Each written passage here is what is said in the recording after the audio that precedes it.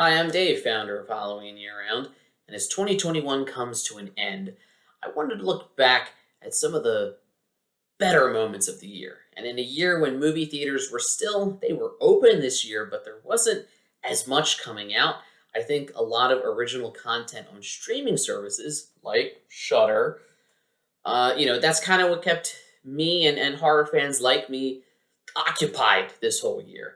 And while Shudder did not sponsor this video, they may as well have because they're my favorite streaming service. If you don't have it, definitely check it out.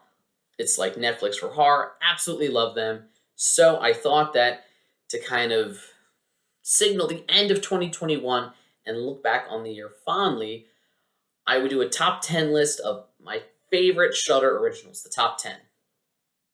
This is a list that I've done before on, in written form. I've never done it on video form before, but since that's where Halloween Year Round is heading, that's how I'm going to do it this year. So here are my top 10 favorite Shudder original movies of 2021. And just to be clear before we start, I am only looking at Shudder originals. I am not factoring in Shudder exclusives. Those are movies that technically didn't release to Shudder first, but they had the exclusive streaming rights. So movies like Prisoners in Ghostland, movies like Jacob's Wife, amazing and awesome as they are, they don't count towards this list. I'm also not counting TV shows. So your Last Drive-In, your Creep Show, watch those shows, but I'm only looking at the top 10 Shudder original movies of the year. So with all that out of the way, let's get started.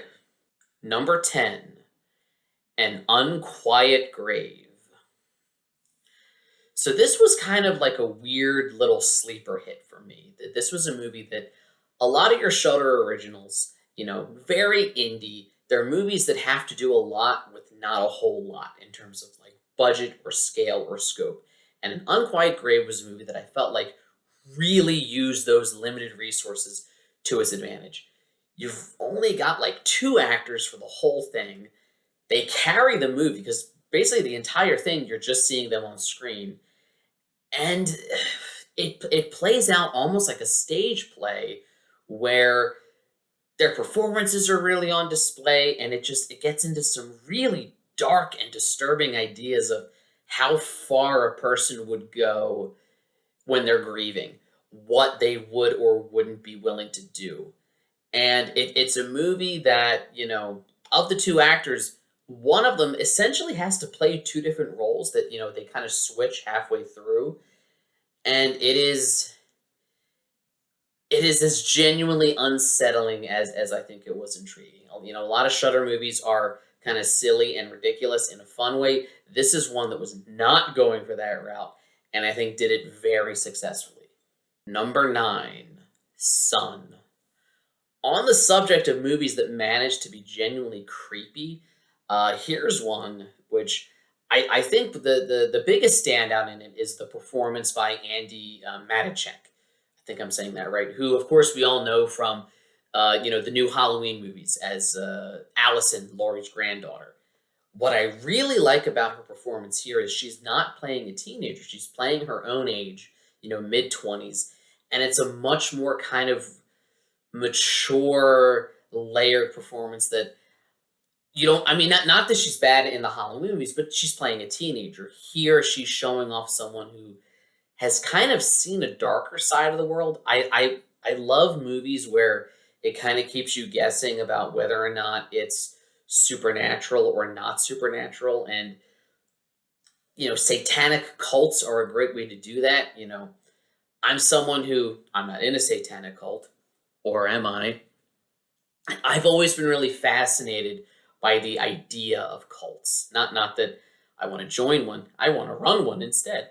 Just, what gets people to like devote their entire life to something against all logic and reason. And I think that, this movie, it takes that idea and it just runs with it. I love how the cult is just sort of it's like a dark remnant from her past that she can never really escape. And I just think that's such a scary idea that you you could do so much to overcome in your life. She started a new life with her son, and just how certain things from the past can always follow you and come back to bite you. I think I'm someone who's kind of obsessed with the idea of redemption, and if the past can always come back, does it not sort of nullify that redemption? Number 8, Slacks. So I know before the first two movies I talked about were actually kind of serious and genuinely creepy. Slacks is a movie. I mean, come on, it's about a killer pair of pants. It knows what it is. It knows what it's trying to do. But it's still a fun movie. I love the way that they like animate the pants itself to make it like you almost think that it would be creepier if you never saw the pants move. It would be creepier if people just wore it and then they died. The whole like don't show it. The fact that you literally see these pants walking around almost like in what was that Pixar movie? Onward. It's like the dark and twisted version of Onward.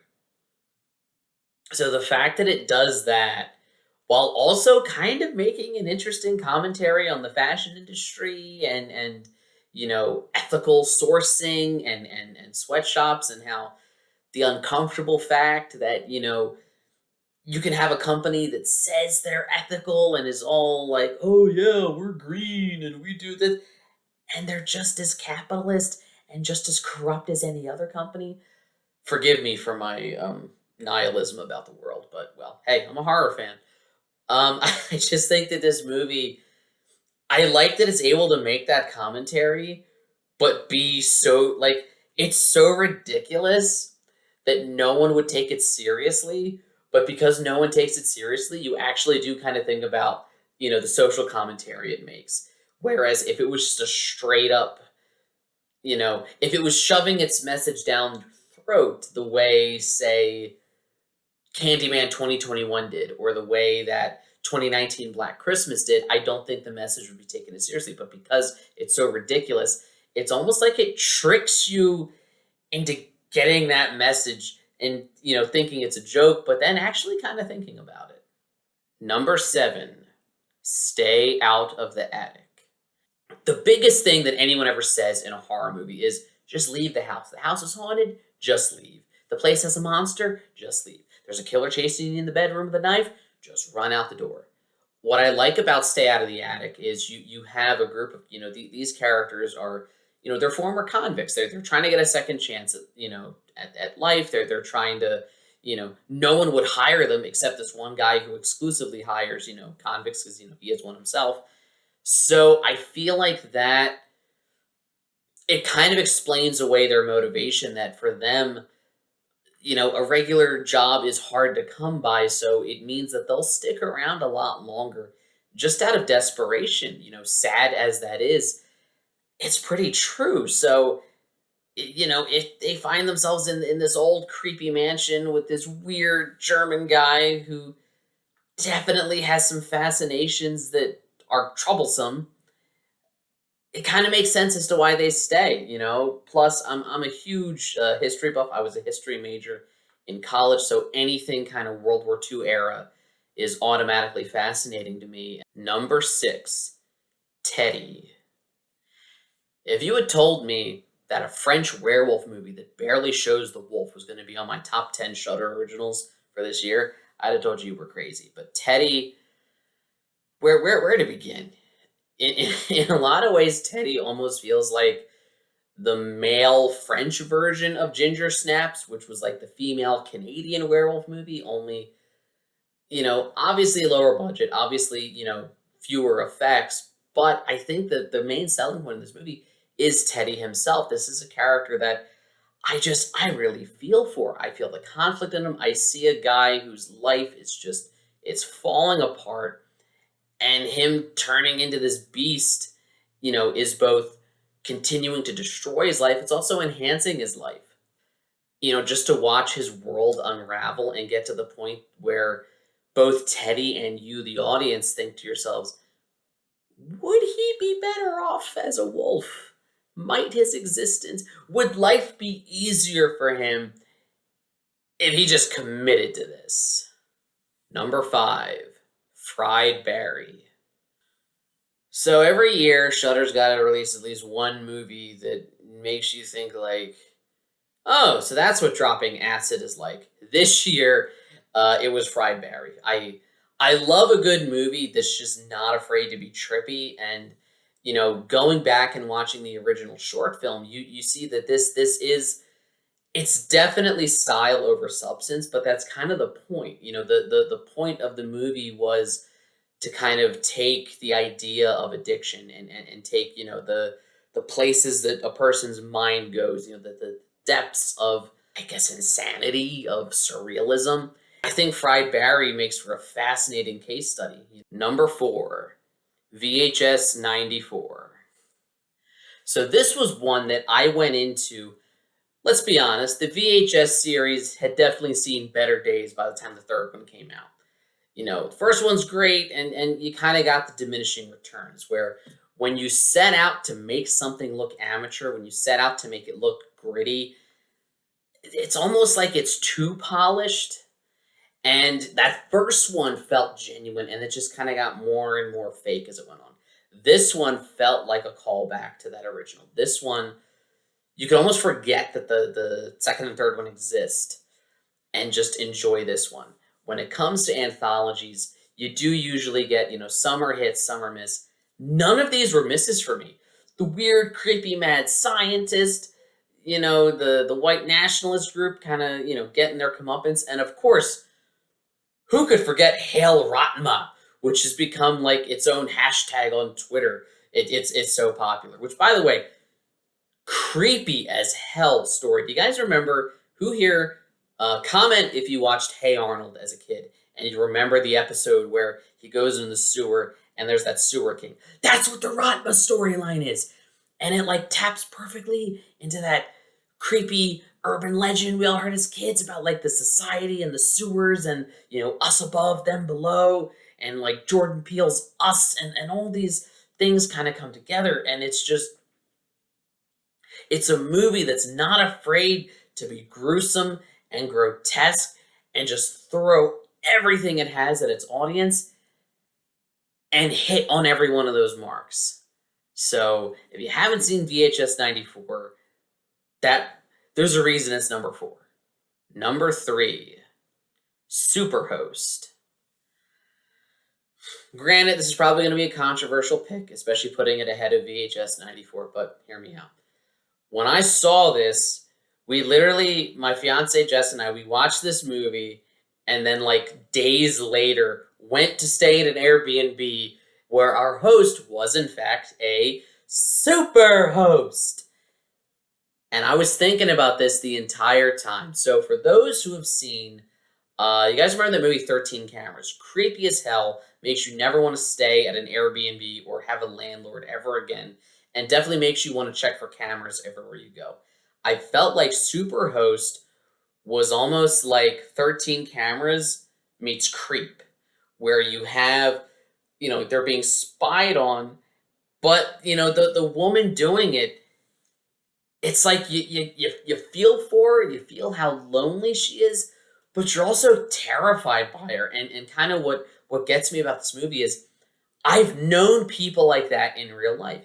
Meet enough people in the entertainment industry, and you find out there's a lot of weirdos. But in all seriousness, I've known people who she reminded me of, and these were people that, I would feel sympathy for, because, I would feel like they're very lonely. They just want a friend. But a small part of me is like, I could see them like murdering people.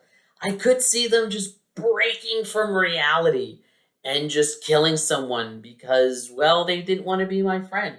So, moral of the story, always be friends with weird people, and they'll spare you. So, for all those reasons, plus, come on, it's about a couple that runs a YouTube channel. How is that more relatable to me? So I'll admit my own personal bias is kind of advanced. Superhost a little higher up than maybe I should, but I'm okay admitting that, and I'm okay saying that Superhost is a perfect movie in the sense that it knows exactly what it wants to be. It knows exactly what it's trying to do. It does not waste a minute of its screen time. and it goes for it. Number 2, Lucky. Now, this was a movie that I actually saw in 2020. This was Shudder's super secret mystery screening that they played on Halloween night 2020. And I remember, we were live tweeting it, and everyone on Twitter was trying to figure out what it was. And like 20 minutes in, we had figured it out just based on Brea Grant, being the lead. Who, mind you, Brea Grant, amazing actor. Loved her in Halloween 2. She was decent in Heroes. And just, she needs to be in more things because, this movie right here is a perfect example of why she is criminally underutilized, not just in horror films, but in movies in general. So this is a movie that, number 1, taps into your fears of or home invasion horror, which I feel like of all the things out there, ghosts, demons, monsters, home invasion is something that genuinely happens every day. And I feel like that just, it makes it like that's something that I could watch a movie about and then be scared of actually realistically happening. So it works on that level. It works on the level as a movie that is definitely saying something, with the repeated attacker, not just going after her, but, we find out later, spoiler alert, other people. It's a movie, I love a movie that's able to say something while also being a genuinely creepy horror movie and never sacrificing the latter for the former. And finally, number 1, Vicious Fun. Now, when they titled this movie Vicious Fun, they were not only titling the movie, but they were giving a perfect 2-word description of what exactly this movie was going to be about and what you were going to get from it. Serial killer support group. How many horror fans have always joked about that? How many horror fans says, oh, what if serial killer... There's a running joke that you take a normal everyday thing and populate it with serial killers. And this movie does that. So concept-wise, it's just a fun, it knows to have fun with its premise, but where it really shines, I think, is its ensemble cast. Each one of these actors, be it Julian Richings, be it David Ketchner, I think I'm saying that right. These are actors that I've loved in other things, and just seeing them all work together here and seeing them just be unique. I love that the whole concept of this group for serial killers. I love that each one of them just feels so different from each other, that each one of them is represents a different kind of killer that you can have. And just the idea that you have this main character, Joel, who first of all is a great audience stand-in for anyone who has Shudder and is a fan of horror. We definitely see ourselves in Joel and just think how creative could we be in fooling this group into thinking we're one of them. It's a movie that it's vicious fun. It's I was torn between Lucky or Vicious Fun for the number 1 spot. And ultimately, I think what just kind of edged it out a little bit more, Lucky is a brilliantly made movie. Vicious Fun is brilliantly made. But it has fun with it. It's been a rough year. And I had to pick the movie that was more fun. So, those are my top 10 Shudder Original Movies of the year. Let me know in the comments which ones were your favorite. Which ones did I miss? What's your top 10? I would love to hear them. Like, share, subscribe, all the YouTube stuff. If you don't, you'll end up at a support group for serial killers, and you won't be able to fool them. As always, you can follow Halloween Year Round on social media. You can check out the Patreon. There's 3 different levels. A lot of cool stuff you get with memberships. As always, my name is Dave. Thanks for watching, and every day is Halloween.